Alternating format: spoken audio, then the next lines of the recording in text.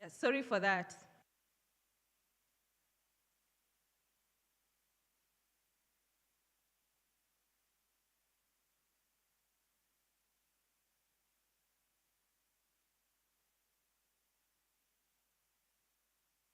Okay, again, sorry for that. So today, as we gather at a time when the IGAD region is experiencing some of the most dramatic climatic extremes on the continent, historic droughts, devastating floods, and rapidly shifting weather patterns. It no longer follows the seasons um, of our community, the ones that we once knew. But even in the midst of this uncertainty, certain forces stand out. Our youth, women in media, the scientists, and media practitioners. These are the people who are innovating, communicating, warning communities, and mobilizing the same communities when it matters the most. So today, conversation is about the intersection of how youth, media, and climate action can come together to build an early warning ecosystem that is fast, trusted, local, and inclusive. So what is working? We're here to find out what is working, what is still missing, and how do we co-create these solutions so that climate information doesn't just exist, but reaches to the right people at the right time and in the right way. So without further communication about this, we are privileged today to be joined by not only journalists who are driving change on the ground, but also seasoned experts who have journeyed with communicators, media professionals, and many more in the climate space and communities, leaving no one behind. Their experiences bring a unique and powerful blend on today's panel. Ladies and gentlemen, allow me to introduce our panelists for today's session. I will begin with Dr. Ahmed Amdihun. A round of applause as he approaches. He is the head of the IGAD Disaster Risk Management at IGAD's Climate Prediction and Application Center, that's ICPAC. He leads the IGAD Disaster Risk Management Program and oversees the Multi-Hazard Situation Room, enhancing disaster preparedness through early warning systems and early action. His work focuses on climate resilience, disaster risk reduction, and providing technical and policy advice to IGAD and its member states. With over 14 years' experience, Dr. Amdihun has expertise in climate resilience, disaster risk reduction, environmental systems modeling, and spatial planning. We'll find out more as we go on during the panel discussions. So he has held key roles at the UN, Addis Ababa University as the assistant professor, and the International Water Management Institute, Livestock Research Institute, and serves on the technical advisory group for initiatives like IPC, the Cruise and Anticipation Hub, as well as the World Meteorological Organization. Thank you very much. Now you can tell we have experts on ground. So the next one that I wish to call aboard, that is Dr. Getachew Dinku. I know the time is not on your side, but we'll try and keep up with the time. So a round of applause as he approaches. So he is currently the assistant professor. Can we have a better round of applause for that kindly? Thank you. So he is the current assistant professor in the School of Journalism and Communication at Addis Ababa University. And he got his PhD in communication studies in 2014 from the University of Nebraska, Lincoln. He has over 20 years of experience in education, development, communication, public relations, media policy, media law, and media regulation. So, aside from serving in international and local NGOs in different capacities, he has worked for various offices of the Ethiopian government to start with. Most notably, he served the Ethiopian Media Authority, formerly Ethiopian Broadcast Authority, as the Director General from April 2019 to March 2021, where he led multiple media development initiatives, partnerships, and institutional development activities. His research interests include rhetoric and public culture, communication for development, media and democracy, media regulation, among others. Our next panelists, allow me to introduce Mrs. Judith Akolo, who's a powerhouse in Kenya media fraternity. She's a household name. She is a dynamic development journalist with the Kenya Broadcasting Corporation and a climate change scholar with strong expertise in climate reporting. Round of applause, please. She is known for translating climate science into compelling stories that enhance public awareness and inform policy across the Greater Horn of Africa. Judith serves as the deputy chairperson of both KEN-SJA and NEC JOCA, and has trained journalists on environmental health and climate adaptation and reporting. She has moderated as well high-level public events and is pursuing currently a master's in climate change adaptation at the University of Nairobi. And that should at least tell you that also journalists can also take any other courses, not just journalism as well. So allow me to introduce again Mr. Ahmed Absi. Hopefully I pronounced that correctly. He is a Somali journalist and he's one of a kind. He is an environmental advocate and founder of the Green Media Initiative, Somalia's leading media platform advancing environmental awareness, climate education, and climate action. He is recognized for producing impactful climate stories, driving public policy, and strengthening media capacity nationwide. His work amplifies underreported voices and promotes a greener, more sustainable future. And if you follow his pages, you'll be able to see he's quite an active guy by promoting even youth involvement. So our last, but not the least, we will have Mr. Hinok Kinde. He is a young professional working at the African Union Commission, supporting digital systems and institutional coordination within the MIS department. He also serves as the regional director for the AFCFTA, National Youth Championship Fellowship Program, leading youth engagement and capacity, as well as he is the winner for this year's IGAD's Youth Climate Action Award in 2025. Another round of applause for the entire panelists. I need a heavier one, please. Thank you. So I'll be your moderator for this session. My name is Linda Macau. I'm the Executive Director for Africa Climate Change Communicators. I do science communication as well as public policy advocacy and many more. So before I sit, I'd also like to recognize part of the ICPAC staff who also came with us, Miss Emily there. Also, we have Kip, who handles communications. On my far left, you can wave. And also Ibrahim.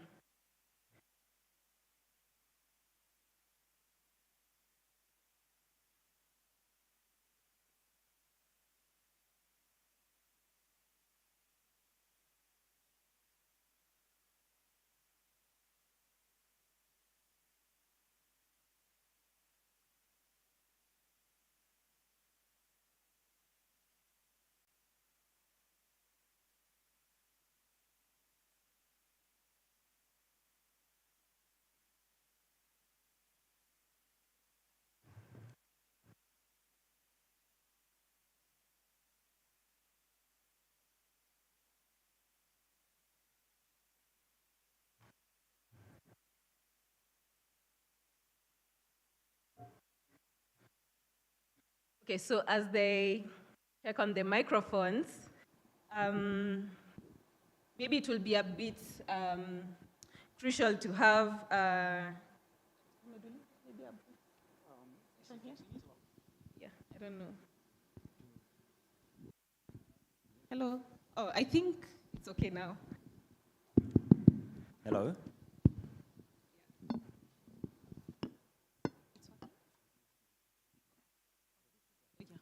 Okay, so sorry again about that. So we're going to go ahead and have these discussions connecting youth, climate change, early warning systems. So as we're having these panel discussions, have in mind how we can best communicate early warning and how we can save communities. Remember, this is actually for saving lives and livelihoods. So we're going to set the scene, and we're going to start with Dr. Ahmed, understanding the role of ICPAC. Who is ICPAC? So Dr. Ahmed. So briefly take us through the early warning process, kindly. And on that note, ICPAC, it does play a critical role in the provision of early warning information.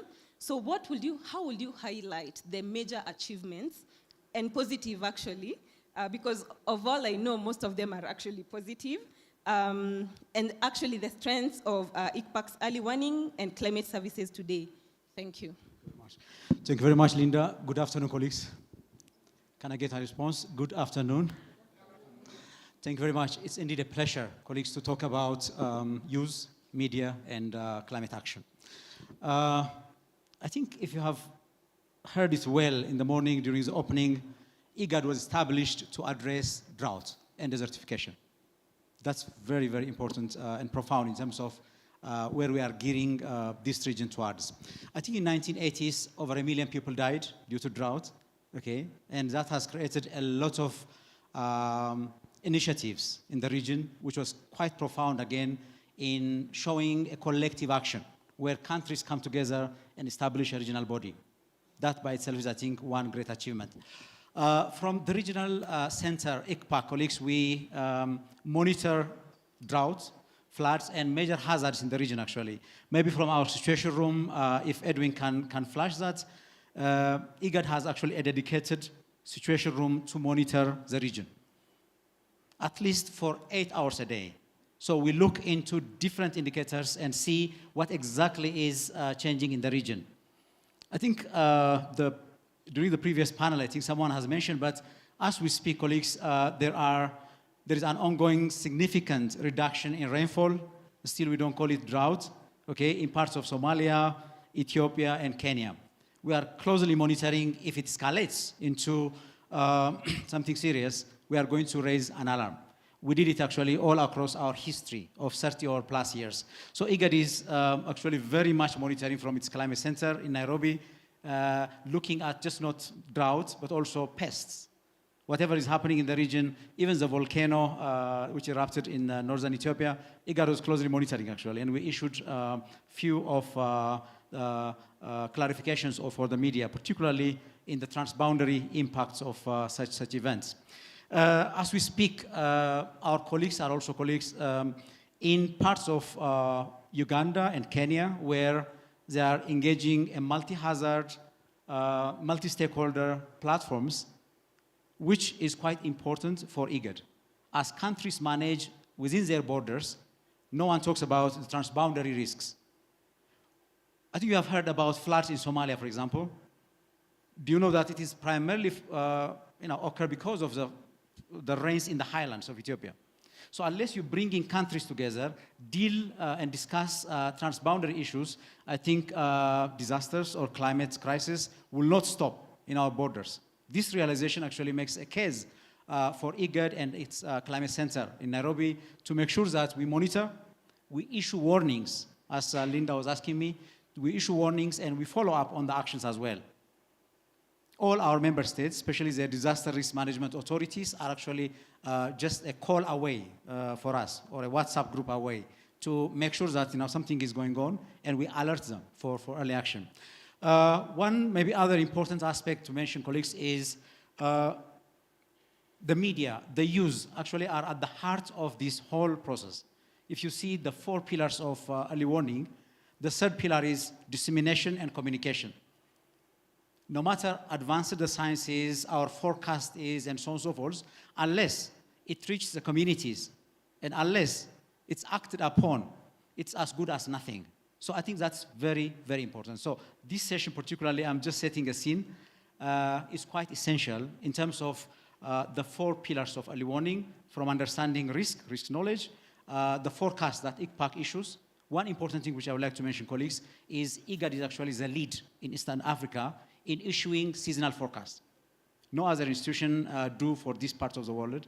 We are the one forecasting for the coming season. Maybe for March, April, May next year, we will be issuing in January. For the current season, it was issued in August. I think if you have followed that one, we are embracing or we are bracing for drought. As was forecasted, I think that's exactly what's happening. Even I can tell you that January, February, it's going to deteriorate again. We issued that one as well as a warning. Just imagine one season almost failing. If March, April, May again fails, that means we are back to again a drought situation. You remember just 2 years ago, almost 10 million livestock perish in Kenya, Ethiopia, and Somalia, in these 3 regions. 10 million livestock. I think IGAD is very proud to say that we have at least avoided, mitigated the loss of life, human life, but still we have to advance that to protecting the livelihoods and livelihood assets like the livestock. So I think that is where the discussions are, colleagues, but I invite you also to look at our platforms, the East African Hazard Watch. If you Google, you'll find a brilliant state-of-the-art multi-hazard monitoring and forecasting system, which informs just not member states, but also key development and humanitarian partners. So ICPAC issues seasonal forecast, which is widely used, okay? But this, as I said, is not enough. The use, the media are the critical actors, the critical elements of this value chain. Once the forecast is produced from ICPAC, it has to reach the last mile, communities. By the way, one thing we usually underestimate is the power of communities. They are the first responders, by the way. Communities are the first responders, with or without capacity. Whatever they have, they are the first to respond. Like in Afar, the volcano. Who was sending us those videos and pictures? Communities, right? So they are the first responders, and they need to be supported with appropriate information. Sometimes the history of drought in this region, colleagues, is the history of actually looking at it as a bigger problem, not just an isolated, small shortage of water or pasture. Sometimes it is widespread, which is beyond the capacity of our communities. That's where IGAD would like to raise alarm, like we did in 2022, where we convene ministers, actually, followed by heads of state, to make sure that action is taken now, or the situation would escalate. Thankfully, I think most of the countries have taken that seriously, and the devastating impact have been reduced to some extent. But still, we need to do more along this line. Finally, once the early warning informations are there, colleagues, the early action bit is, I think, the other most important pillar. Just 2 weeks ago, we launched the South Sudan roadmap for anticipatory action. Again, a week ago in Somalia, we launched the national roadmap for anticipatory action. We want to make sure that governments are committed to take action when we show the red flag. Drought is coming, so governments need to take action. So that document is going to be a guarantee. We cannot take just for granted. We issue, we disseminate information, action is taken. That has never worked, colleagues. It must happen by design. It cannot happen by default. So I think that's very, very important. And I conclude, Linda, but ICPAC is there to monitor and also disseminate information. Of course, with use, of course, with media. Thank you. Thank you so much, Dr. Ahmed, for those valuable insights. Yeah, you did mention that the communities are the first responders, which is very true. And I'm keen to also observe that ICPAC actually focuses on even map reading, training communities on map reading, which is very critical, which means you too can be trained on map reading. So it's not something that you see science and then you just shy away. So thank you so much once again for those valuable insights. And you did mention something about it doesn't stop at the borders. And I want to bring in this critical aspect of bridging academia and media, Dr. Getachew. So you do sit at the intersection of academia and media, right? So what strengths have you observed in how journalists communicate early warning information in our society today? And are there any gaps that you have foreseen?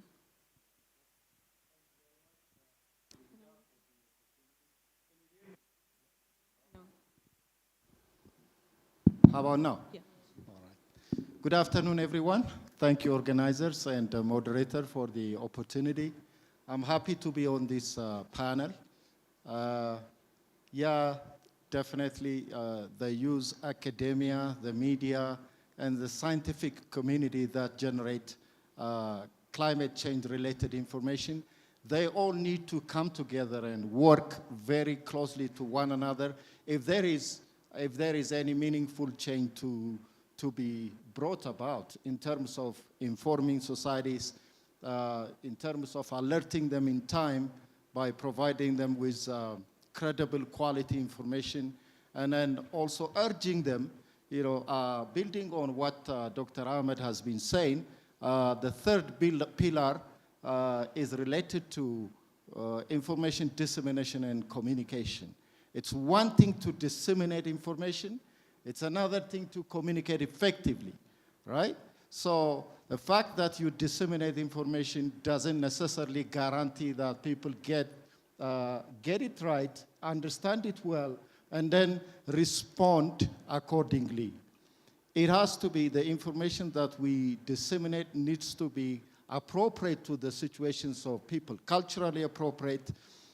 In terms of complexity, simplicity of the information, it needs to be appropriate. Scientists are good at generating knowledge, sophisticated body of knowledge, but they are not as good when it comes to communicating the knowledge they generate to the general public. There is a science of communicating science. And then when it comes to communicating science, it is the media and professionals of communication who are the scientists, all right? So it's very important that the two bodies come together. And then I see the role of the youth in here because increasingly the communication landscape is changing. The communication technology has brought about significant change in how we communicate and on also the nature of platforms. And the basic rule of communication is if you want to send your messages across, go to where the audiences are. And then most of the youth, they are today on the digital media. So it's important that we engage the digital media meaningfully, and then the youth are skilled.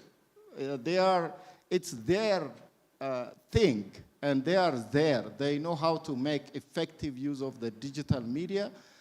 So it's important we don't stick to the traditional legacy media.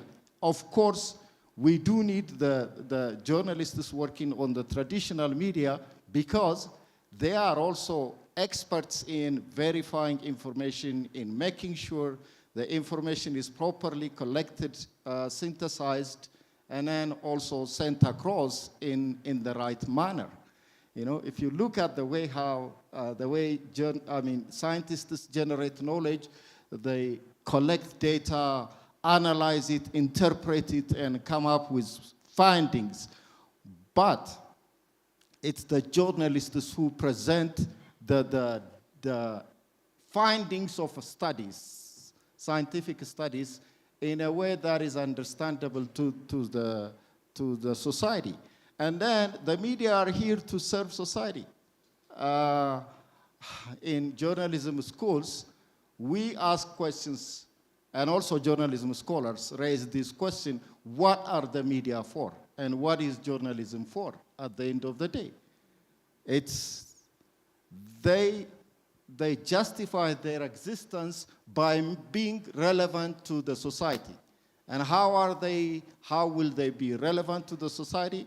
By providing society with information that saves lives, right? I can share you a story. When I was a student overseas, one day I was driving in the city and I received a text message from the university central office saying that there is active shooting on so-and-so street, and then it's better that you stay away from that street. So I was driving, as I told you, I had to change my way, and then made sure that I stayed away from that street.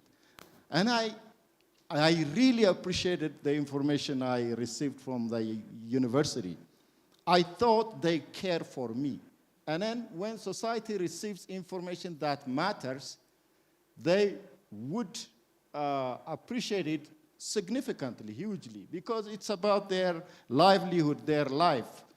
The information might mean the one that makes difference between life and death. It's not a luxury thing.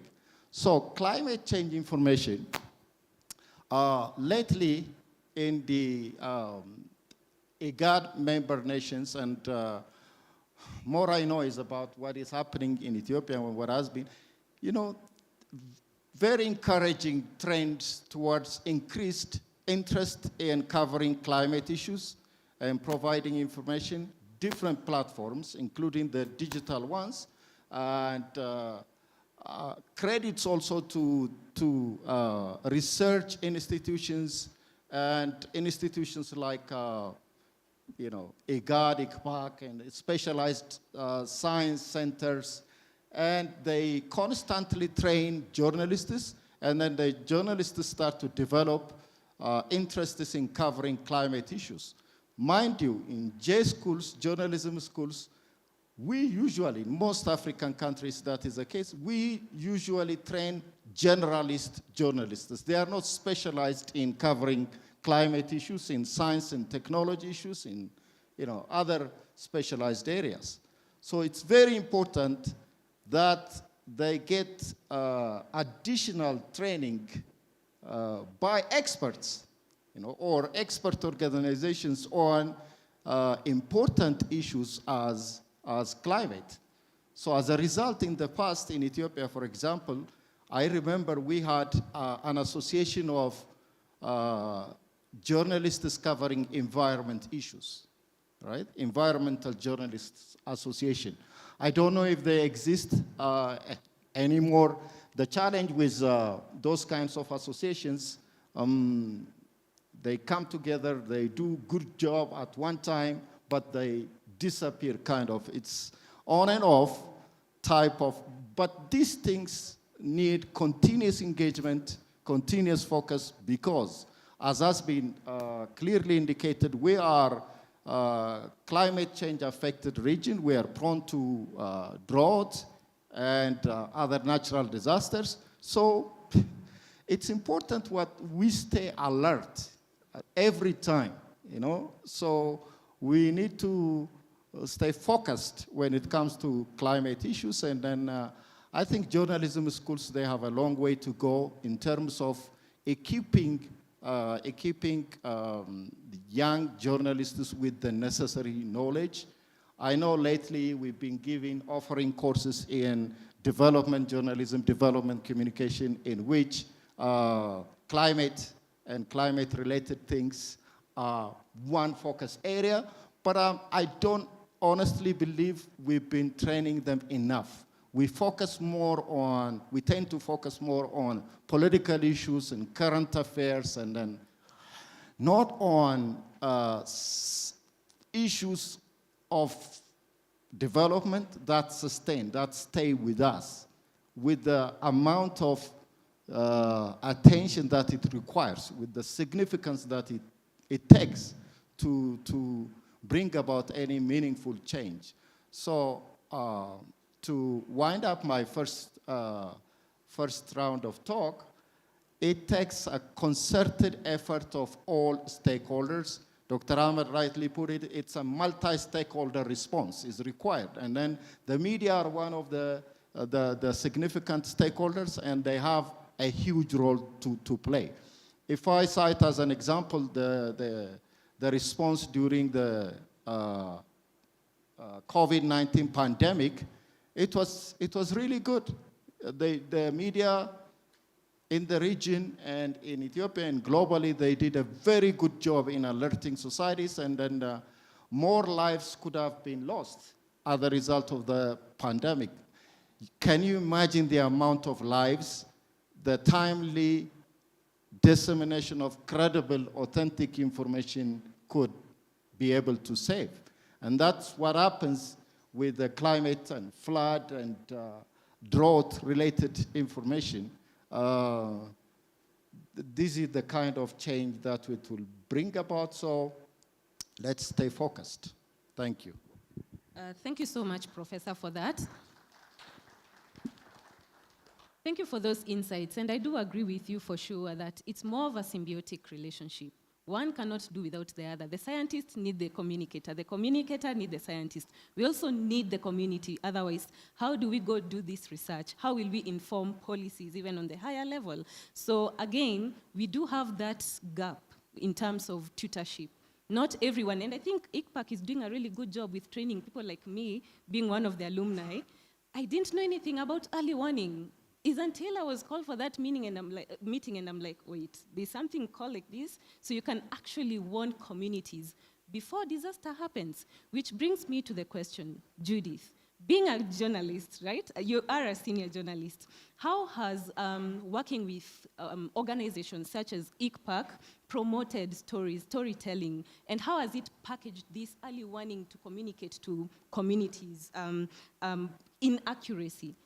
How has it promoted such stories? Thank you, Linda. And sorry, let me just cut you short. I made to understand that we have very limited time because of a government event. So you're limited to only like 2 minutes. Yes, sort of. Wait, no, as per person, like very less minutes, yeah. Okay. Thank you. I don't know why we're being rushed, but it's okay. We'll do the 2 minutes. Being a broadcaster, I'll fit in it. First of all, just an advice to fellow journalists. Reporting climate should not be reporting in a microwave form. That today you go get this information and tomorrow, today you're already reporting on it. You need to research. You need to get the right information so that when you're reporting something that people can actually relate to. And that is what storytelling is about. Get the narrative into place, break down the complexities, make sure that the data is something that people can actually chew on and understand what you're actually relaying to them. Now, how has the media worked with IGPAC? The media started working with IGPAC when it was still the Drought Monitoring Center in Nairobi. At that time is when the climate scientists realized that they cannot do much without working with the media. And that is how they helped us to create NECJOGA. That is the network of climate journalists in the Greater Horn of Africa. And just to answer the professor, the problem is that when such organizations start, the mind behind it, or for instance, IGPAC may not have all the resources to train all the journalists. So since IGPAC is the one that has come up with the idea, it would be good for other organizations to also support IGPAC in training journalists, because at the end of the day, when the journalists are better informed, when they are able to communicate well, all of them will benefit. The whole society will benefit. The organizations will benefit in such a way that the information they're generating is actually helping society. So that kind of help is very important, it's very needed. So mine is just to ensure that let us try our best as journalists to stay the course. Let's avoid the issue where we are reporting according to the prediction. You know, you'll say, my mother usually plants her seed at this time of the year. Whatever the scientist is saying is not true. That is not true. Remember, the scientist is giving you a forecast. That's not a prediction. He has actually collected the data, and he knows that the weather is going to behave the way it will be. For instance, IGPAC already gave us the forecast for this particular season. And a week ago, they gave us the forecast until January. How many of us have seen it? How many of the journalists have seen that forecast?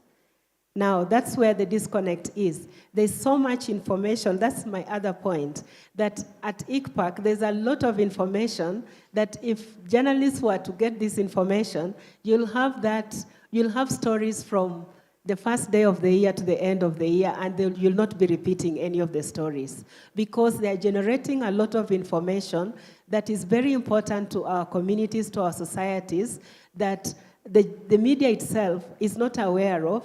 But the media, you're not supposed to sit there and wait for them to bring you the information. look for it, search for it. Now that you are in the climate realm, you should ask yourself, how do I get this information? If you ask yourself how to get that information, you'll surely look for it. And that brings me to another point. At IGPAC, on their website, we have the hazard map. Now that hazard map is very interactive. Once you get onto it, you are able to actually know what is happening where within that particular time. And then after you get that information, at IGPAC we have climate scientists who are very ready to give you further information on what you have discovered on that particular issue that you've seen on that hazard map. For example, they already predicted the depressed rainfall in the region. How many of us reported that? Anyone who reported that? I did, but I needed to do a follow-up. Now, that information is there. Look, it's there lying, we've not reported about it, but when the livestock will start dying and people start looking for water and people start searching for pasture, we, the media, will be ready to send our reporters and the cameramen to now report about the dying livestock. Are we helping society? Are we? Kindly answer my question. Are we helping? We are not. But that information, we have it right now. We had it from August, that we are going into a depressed rainfall situation. So let us be very ready to look for this information. And if we can't interpret it, the climate scientists are some of the scientists that are always available to give us the interpretation. I know you're shaking your head because you've not interacted with them. I have interacted with them for more than 20 years. 20. Some of you are toddlers, others had not been born. But I've been with them for 20 years, and I know you approach them, they'll give you the answers. They'll help you to understand the situation. The other thing that the IGPAC is helping us in is when they release the seasonal forecast, they follow up with the monthly forecast, they follow up with the 10-day forecast, so you are updated all the time. So essentially what I'm saying is this: we should move away from our traditional way of looking for stories, where we thought that they will come looking for us. No, it has changed. We have to go looking for them for that information. And for us to be able to go looking for them for that information, we should be already very informed ourselves. Because the problem with scientists is that the moment you ask the first question and you seem not aware of what you want to talk about, they switch off immediately. So perhaps that is where the problem is. So do your research well, go out there, look for the story. Let's avoid the predictions, let us go by the forecast. Let us avoid the microwave approach and look for the story and keep at it until the end. And narrate, out of every statistical map, there is a face behind it. That face is either a face that has utilized the information properly and is able to produce enough, but there's also another face that is going through a problem of a lack of pasture for the animals or food in the home, and it's all about how we might have reported or misreported the information. So when you come with a story from the field, and now this for the reporters, and the editor is telling you, I think this forecast is like this. No, tell him, please, I'm the one who is from the field. I got this information from the scientist, and this is how the season is going to behave. Even if there's that sporadic rainfall that comes for 2 days and disappears, remember what the seasonal forecast said. And that's exactly what is happening this season. I thank you, Linda. Thank you so much, Judith, for that. And I can assure you, 20 years, I was also a toddler. I didn't know anything about early warning or even reporting. I just grew taller with time. However, it's quite critical that us as journalists, we have to send ourselves, quote unquote. We have to take the initiative to get to these websites, get the data, get the information, and disseminate it. And Professor, you did mention something critical about digital awareness, creating digital awareness, even to the communities itself. And we have Absi Ahmed, who's actually doing a great work with Green Media Initiative. So maybe we'd love to know what it is that you're doing with the community there and what positive impact has happened during your tenure. Well, okay, in terms of training people. Thank you. Yeah, thank you. Thank you, Linda. Linda has been a good follower for the Green Media Initiative for the past 1.5 years. So thank you. Yeah, I think, is it on? Yes, but you have to. Yeah, and also Dr. Ahmed and Judith also know us very well. And but before that, I wanted to say something. Dana Walaju. That is good afternoon in Amharic, so good afternoon to you all. Thanks, brother, for helping me. And Linda also already said we should be very brief to our answers. She just gave us 2 minutes, so I want to exceed them 2 minutes. So I want to give you an assignment, a very short assignment. It is, you all do have internet and mobile phones. Please go to our Facebook or Twitter or LinkedIn, one of them, and please follow us. Also check what we are doing in there. Please, can you do that for me? Because if you do all follow us, we will get more than 200 followers at this time. A little shout out will do a great thing for us, and it will really move forward. So thank you, and please do that. So, and I would like to start that Green Media is, we call and we say it is Somali's first environmental media, and it is, yes, because the country never have had specialized in media for environment and climate issue before us. And it is dedicated to environmental and climate focused. I mean, we do focus this issue and also sustainability as a whole. We have been producing documentaries, short videos, articles. We do have website. You can just go to check www.gmi.so. We have been publishing articles on environment and climate issue more in a basic way, because actually we are not experts. For example, me, I'm not expert like Linda and Judith. They have been doing really a good job in journalism and environmental issue. But we are trying to fill a critical gap, which is the absence of environmental media in my country. And we really did. Always, when people see our page, they say, hey, you are really doing a great job. So about the impact, I think one of the most important things that we have done was youth activation. Youth activation and also environmental journalism activation in the country.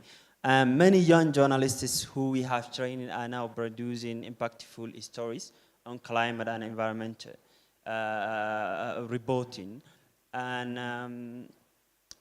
some of them are working with us, the Green Media Initiative. Some others are helping the other media outlets who are, they usually focus more on political issue, but sometimes they may have environmental programs, so they are helping them. Another thing that we think we did something about it is behavior change at the community level. There is, for example, when we were just 2 or 3 months old, it was last year, one of the districts in Mogadishu, there was some authorities who cut a huge native tree. And there were some clips which have been filmed by citizen journalists or just ordinary people. They shared it with us, that video, when they were cutting the tree. It was really a huge tree, a native tree. And maybe I think it was 20 years old. Yeah, they cut it because they were constructing a road. Just they maybe could do something better because they could get a good space for the road. Then when we shared the video to the public, actually there has been a lot of youths who showed their anger and say this is impossible and we cannot take it. They demand accountability.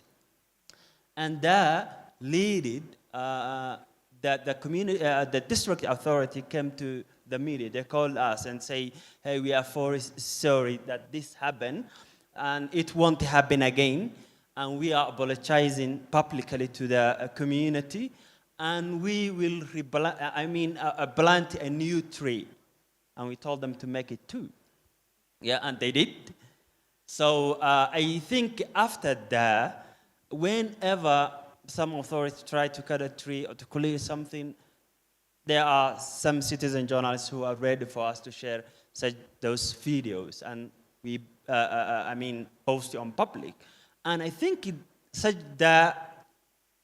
irresponsibility against environmental protection have been declining recently because the authority and also the other community who may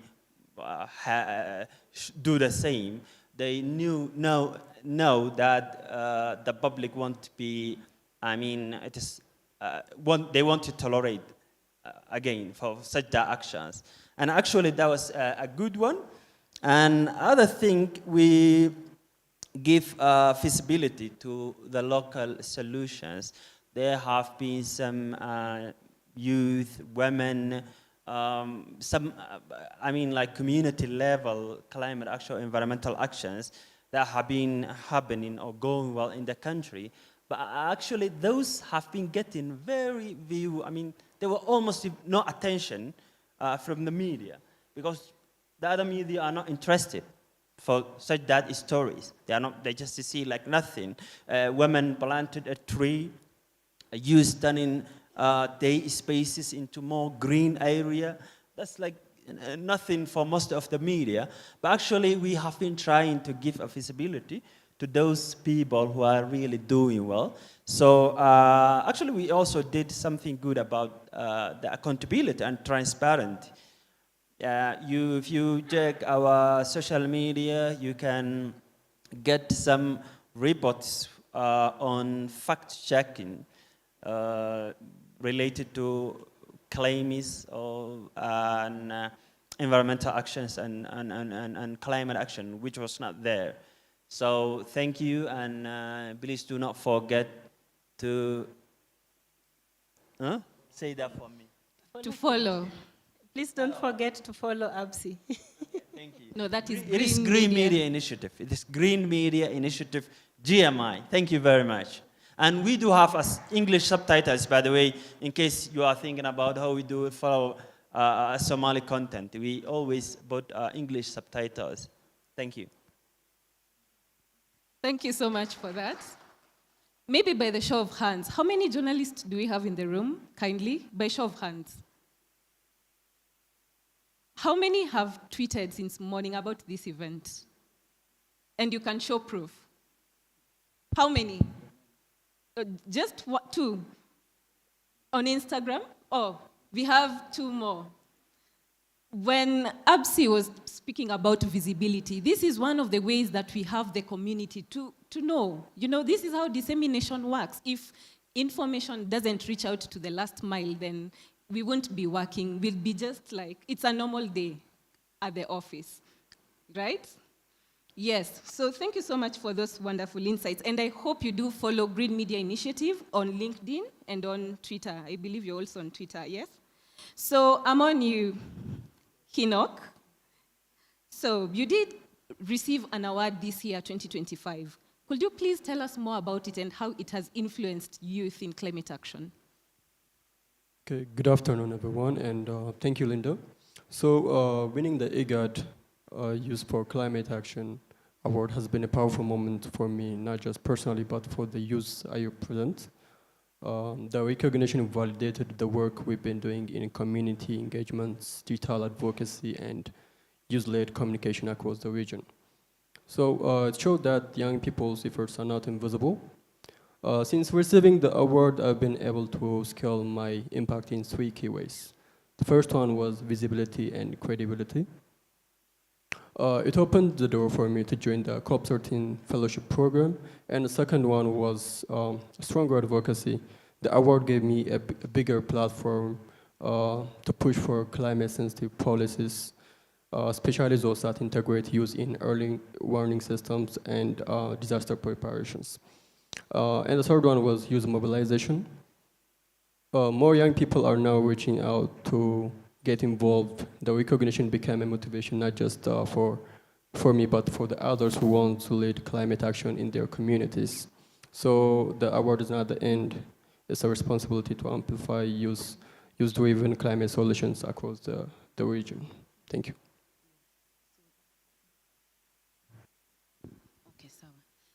Thank you so much. I'm really sorry. So it's still about time. However, for the second round, we're not going to go through the second questions as we had planned. However, we're going to go through the parting shots, but with a little bit of the second round. Hopefully it's clear. So I'll begin with you, Dr. Ahmed. So how can we as media, the private sector, the NGOs, and academia amplify the regional voice of ICPAC and ensure that climate information is widely understood across different audiences? And by the way, I had one incident which I hope may be addressed. Often journalists are kicked out during some international meetings. I don't know if you know. When you're informing policy, maybe anything to do with early warning or disaster risk reduction, management and all that, we become snitches. Let me just use one word, the word that was used. We become, as in we speak it before it's also passed out. How can we address such? Because I believe as a journalist, I do research before I inform. Before I do, I create visibility for it. How can we approach such? Thank you. Oh, I think. Thank you very much. Just a parting shot. I think time is not in our side. Colleagues, as IGAD and as a region, we have moved forward. We have moved the needle very well, but the most important thing is now what we can do about the remaining tasks. For example, translating early warnings into early action. I can't imagine of this happening without a media, without professional journalism. I fully agree with the professor. Are we crisis reporters or warning reporters, anticipatory action reporters? For example, when ICPAC issue a drought warning, should we wait until animals die and report? I don't think so. We can alert communities to take measures that can substantially reduce the losses and damages. I think that is the most important to understand. That's why actually we engage media very seriously, to be honest, including IGAD efforts of this media award. We really would like to sensitize. Let me tell you one secret of IGAD. We are really working to transition this region from reactive, slow, response-oriented approaches to anticipatory approaches. In brief, what does anticipatory approaches means is, it is just three things, okay? It is just a predefined threshold, you know when to act, okay? Pre-identified actions and pre-arranged finance. Just three things. The warning, the action, and the pre-arranged finance, okay? You don't wait until the disaster strike in a panic and crisis mode, but rather you get it head on. The advantage of this is many, but at least it is a dignified way. No community would be happy to extend hands for aid, isn't it, colleagues? No community. So I think it's dignified as Africans, as IGAD region. It's also sustainable. It's much cheaper to act in advance than deal with a crisis.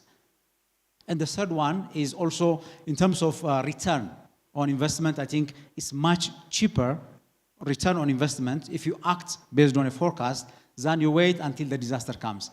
Case in point is the drought we forecasted in August. Just a week ago actually, we issued another warning saying that the situation seems to be deteriorating. We are not still scaling it up to drought, but all indicators, as in SPI, as in all the technical things, you know, in the East African Drought Watch, all are indicating that situations are not getting well, at least until February next year. We'll be issuing another warning or another forecast as ICPAC in January. That would be very critical, colleagues. If the forecast comes out to be below normal, that's going to be a second failed season. that's most likely where animals start dying. So I think it's that serious, and journalism is actually one of the most important, let me put it that way, one of the most important pillars of the value chain. From generation to the last mile, I think you are the bridge, basically. The use is the energy to push these important messages down so that our communities can be protected. Thank you, Linda. Sorry, I think. So thank you so much. So, Mr. Getachew, for your final parting shot, what opportunities do you see for a stronger ICPAC university collaboration, and in terms also of skills, capacity building? Yeah, thank you so much, Linda.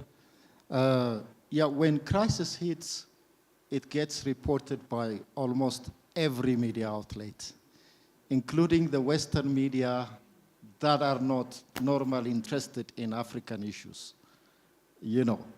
So what matters, and I remember reading somewhere that are the 4 biggest stories that came out of Africa and got covered by the Western media, like in 100 years, all 4 of them are crisis stories. One of them being the drought that hit Ethiopia in 1984-85, apartheid and Rwanda genocide, and Nigeria, Biafra, civil disagreements and stuff. So, you know, so no wonder we report on crises after they happen. More important to our society, more meaningful to our people, more life-saving would be reporting before crisis hits. So early warning reports are very, very important.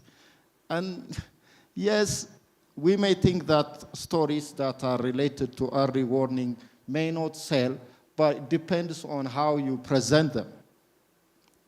It depends on how they get presented. So if you are scratching where it itches, and then definitely people would respond.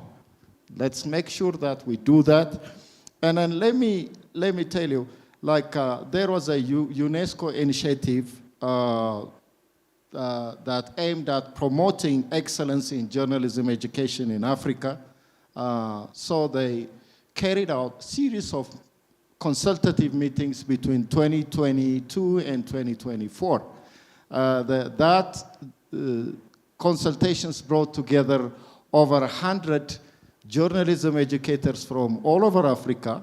4 IGAD member states are represented: Ethiopia, Somalia, Kenya, Uganda.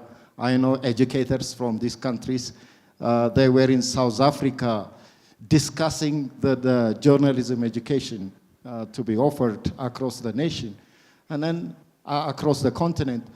The thing is, in most African nations, journalism curricula are borrowed from the Western nations.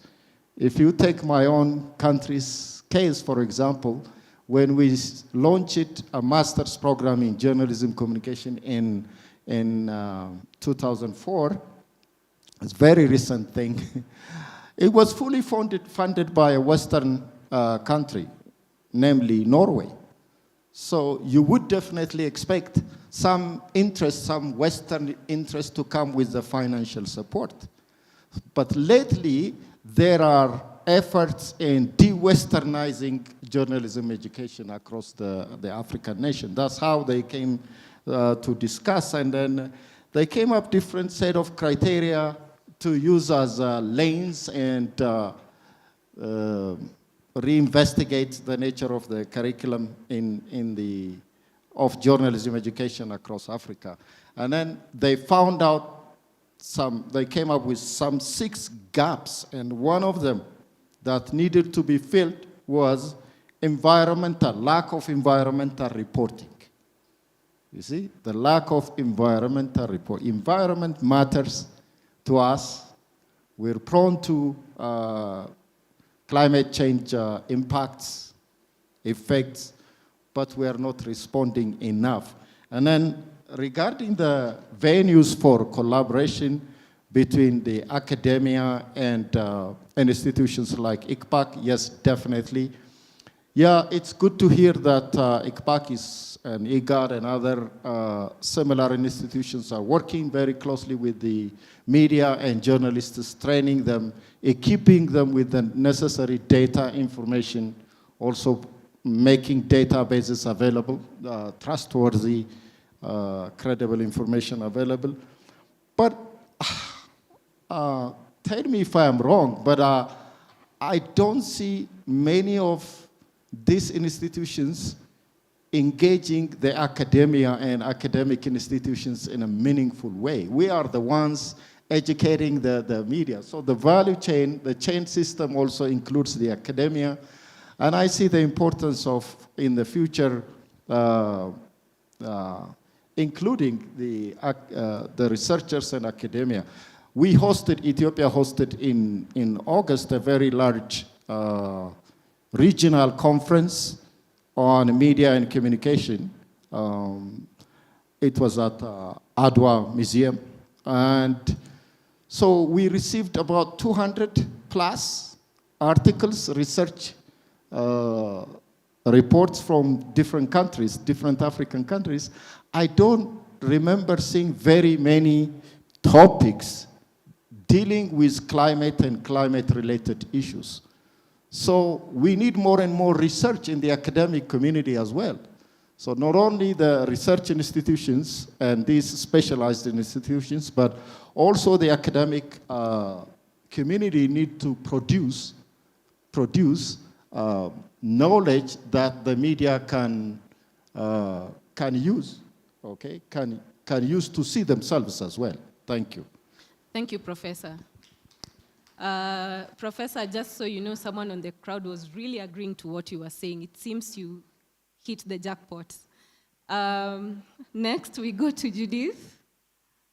Maybe as we finalize, we'd love to know how can we address these issues in climate reporting?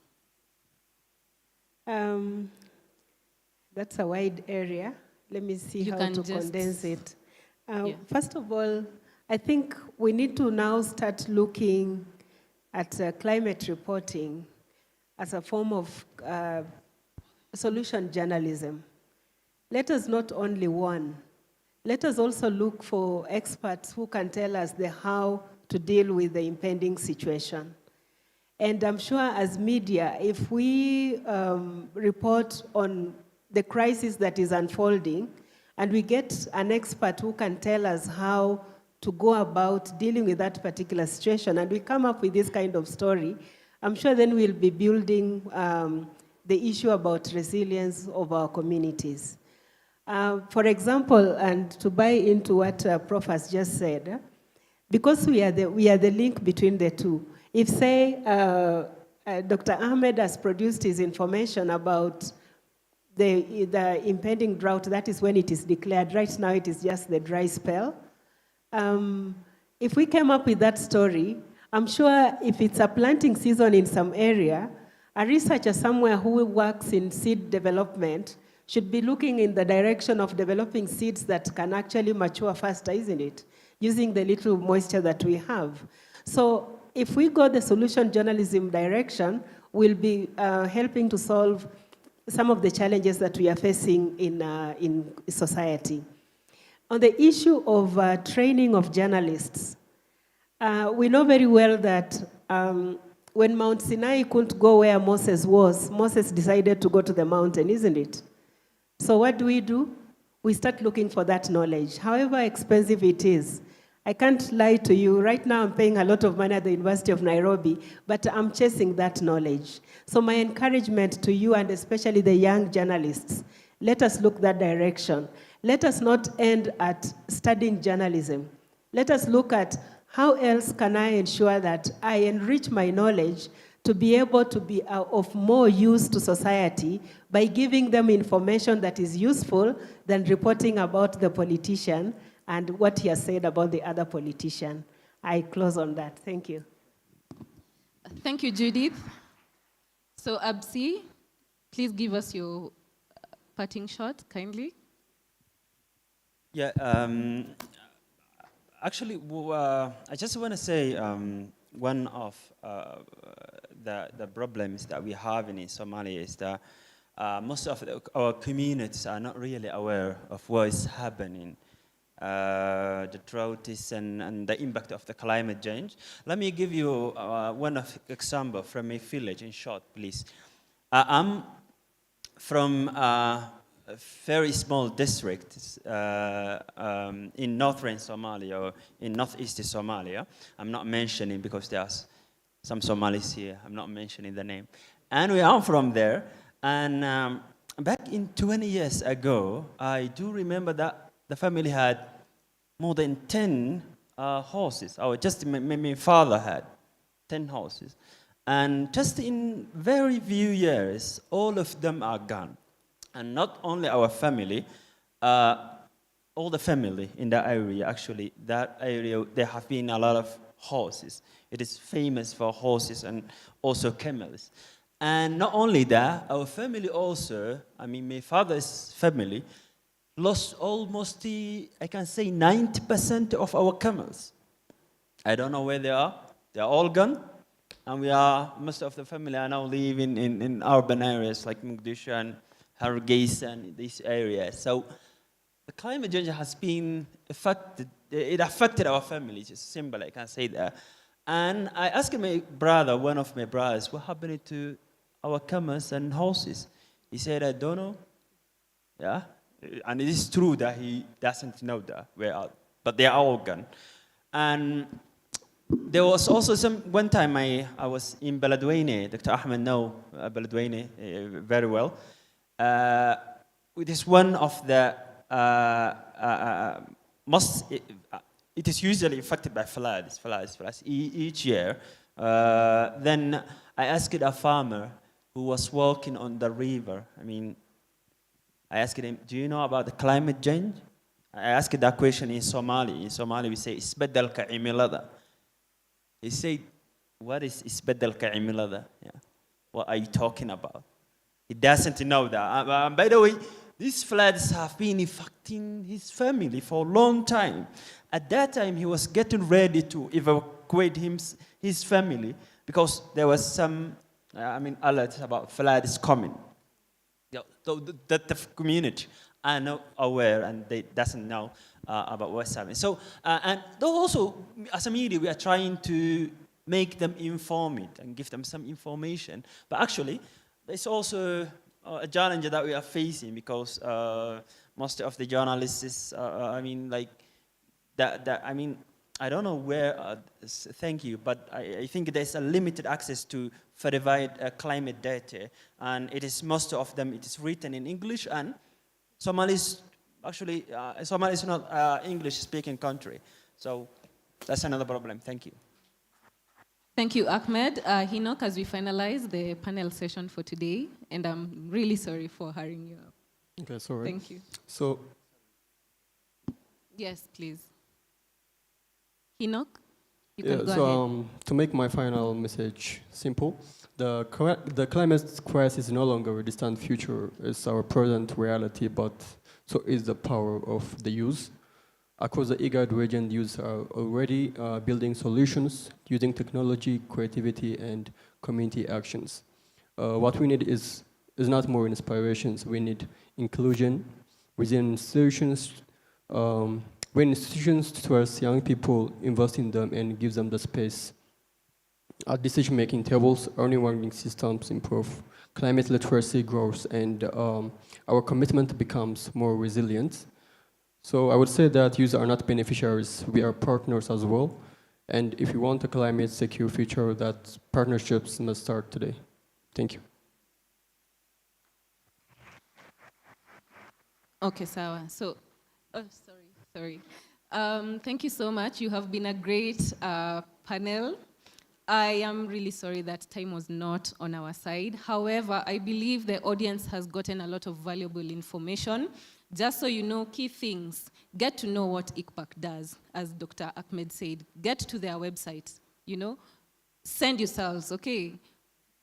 Professor did mention something about crafting African narratives. We don't need people from the West to tell us who or what Africa is. it begins with me and you, okay? So let us support each other. Let us have this symbiotic relationship because you need me and I need you. So it's not about who is above and below, because when it comes to saving lives and livelihoods, then this is the time that we really need to support each other. Thank you. So we are done for now until further notice, but I'd like to request for a group photo as we leave. Thank you so much.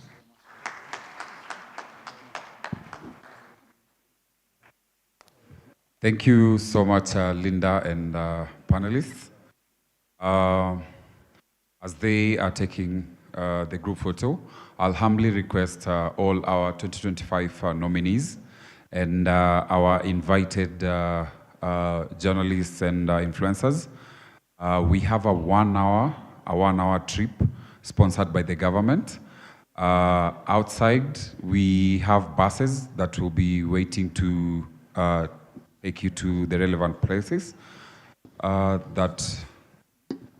see Ambassador is there, so perhaps just follow the Ambassador's lead. Jama, please direct them. 2025 nominees and the journalists and influencers that were invited. Otherwise, thank you very much. It's been a wonderful 2 panel sessions. I believe we've learned a lot, and see you tomorrow at 9 a.m. for the 2 last panel sessions. Thank you and bye-bye.